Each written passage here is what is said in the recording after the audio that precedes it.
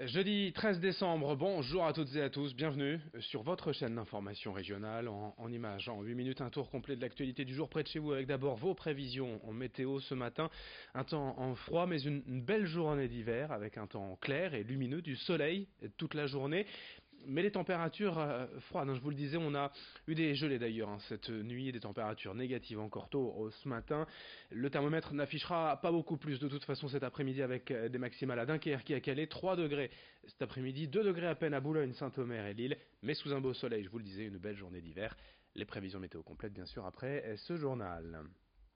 À la une, d'abord la mobilisation lycéenne avant la grève des enseignants annoncée demain en France et dans la région. Les élèves veulent maintenir la pression au moins jusqu'aux vacances et rejoindre les profs dans les cortèges demain donc. Mardi après-midi, les enseignants du lycée Queneau à Villeneuve-d'Ascq, ici sur ces images, ont organisé une assemblée générale pour échanger avec les élèves et surtout leurs parents. Une manière de rassurer ces derniers quant à la suite du mouvement et l'avancée du programme, malgré les blocages. Certains voulaient aussi savoir comment se joindre au mouvement.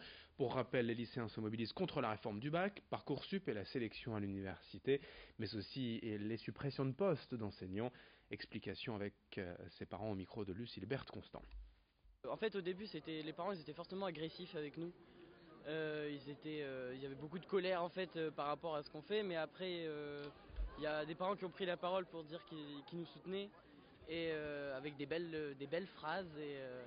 Donc ça nous a encouragés nous au passage et je pense que ça a motivé des gens aussi. Et il y avait une question, c'était qu'est-ce que les profs comptaient faire comme action pour nous soutenir. Et il y a un parent qui a pris la parole en disant oui mais les profs certes, mais est-ce que les parents vont faire quelque chose aussi? Et qu'est-ce que les parents pourraient faire? Parce que si les parents se mobilisent, ça peut faire encore plus peur parce que c'est des électeurs, vu que c'est des majeurs et des adultes. Dans l'Audomarois, la police de sécurité du quotidien est en place depuis avril dernier. Un dispositif pour, je cite, replacer la police et la gendarmerie au cœur de la cité et des citoyens. 8 mois après, cette nouvelle force continue d'être régulièrement présentée aux responsables locaux, notamment dans les territoires ruraux, comme ici à Salpervik hier matin. Une trentaine de personnes, dont de nombreux élus, sont venus échanger et débattre avec le sous-préfet de Saint-Omer et des cadres de la gendarmerie. Les vols avec ruse, les cambriolages d'habitations et esselés, l'attrait des matériels agricoles, voilà autant de questions qui préoccupent les habitants des secteurs ruraux et auxquelles tente de répondre cette force de police. Explication au micro de Morgan Rélan avec Louis Caillé. C'est véritablement une police qui est tournée vers nos concitoyens, donc que ces concitoyens soient des administrés, membres de la population d'une collectivité, ou alors les artisans, les commerçants, les chefs d'entreprise, les aînés, les personnes âgées en secteur rural. C'est toute cette population-là qui est concernée effectivement par la mise en place de cette sécurité du quotidien qui permet de renouer du contact et du lien avec l'ensemble de la population. La police ou la gendarmerie ne sont pas là que pour verbaliser, que pour dresser des procès-verbaux et des amendes. Elles sont là aussi pour entretenir un certain contrat social au sein de la société française. Le mois de décembre déjà bien entamé, il est grand temps, si ce n'est pas déjà fait, de penser à votre sapin de Noël, épicéa ou Norman, grand ou petit dans les jardineries et chez les fleuristes, il y en a pour tous les goûts et à tous les prix. En ce moment, l'enseigne spécialisée Les Compagnons des Saisons à Villeneuve-d'Ascq vend en près de 500 sapins par jour et les vendeurs ont constaté que pour un sapin acheté, les clients regardent en moyenne 5 avant de se décider. Mais la grande question évidemment, c'est comment conserver son sapin le plus longtemps possible, voire même le replanter en janvier dans le jardin ou le garder en pot après les fêtes. Explication d'un spécialiste au micro de Lucille Berthe Constant.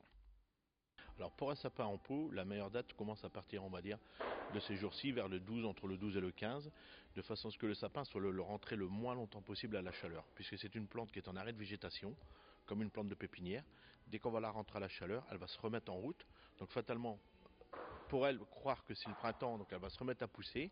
Certes, on va l'arroser dans la maison, mais ce qui va se passer, c'est que quand on veut la redescendre en température, il faut la redescendre graduellement pour la remettre en état d'arrêt végétatif, pour pouvoir la replanter correctement dans le jardin, et surtout ne pas oublier de l'arroser à la plantation. On passe la plante d'une maison intérieure à 20 degrés, on essaye de le passer dans une pièce où il y a 15 degrés, après on essaye de le mettre dans un autre endroit où il y a 10-12 degrés, et on attend qu'on est en période hivernale sur une température de 10 degrés avec un peu d'humidité pour le mettre à l'extérieur, et là il va s'habituer tout doucement à redescendre en température. À la maison, c'est-à-dire un bon arrosage une fois par semaine, et dès qu'on l'aura replanté dans le jardin avec un terreau ou un compost pour habituer la plante à bien refaire des nouvelles racines, un arrosage au moins régulier de tous les 15 jours pendant les périodes hivernales, et dès qu'au printemps, mars-avril, on aura des températures qui vont monter, peut-être un arrosage régulier à la semaine. Et ça, jusqu'au mois de septembre de l'année prochaine, pour être sûr qu'on refait bien une bonne racine au niveau de la plante. Et puis pour finir ce journal et rester dans l'esprit de Noël, nous vous offrons une sélection de livres à offrir. Un beau livre, un roman, une BD ou une histoire pour enfants, c'est toujours une bonne idée quand justement on est en panne d'inspiration pour faire plaisir ou d'ailleurs se faire plaisir. Elisabeth Chombard est libraire à Hasbrook au Marais du Livre. Elle nous révèle ses coups de cœur au rayon roman au micro d'Edil Gunay. Je vous présente un de mes premiers coups de cœur de la rentrée littéraire de septembre, qui est donc Les Fureurs invisibles du cœur de John Boyne, qui est en fait un roman qui se passe en Irlande. Ça commence en 1945 avec une jeune femme qui va être bannie de sa communauté parce qu'elle est fille-mère. Elle va donc quitter la ville, son village, pour arriver à Dublin. À Dublin, elle donnera naissance à un jeune garçon et donc ça va être vraiment l'itinéraire de ce jeune garçon qu'on va découvrir dans le Dublin de ces années-là. Donc en fait, c'est un garçon qui se révèle homosexuel et donc on va vraiment avoir des difficultés de vivre en tant qu'homosexuel dans cette Irlande catholique et très corsetée, très difficile de ces années 60-70. Et 80, on part en fait aux États-Unis. C'est un super roman, très bien écrit, assez dialogué. L'auteur le dédicace à John Irving et c'est vrai qu'on pense à John Irving et à son univers en fait quand on lit John Boyne. C'est un très très bon moment de lecture que je conseille à tout le monde.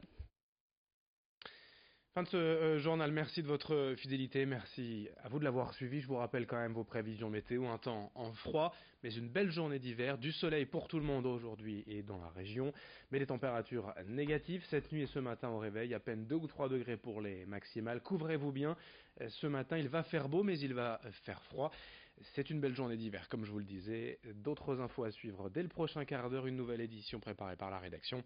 Très bonne journée à toutes et à tous en ce jeudi 13 décembre.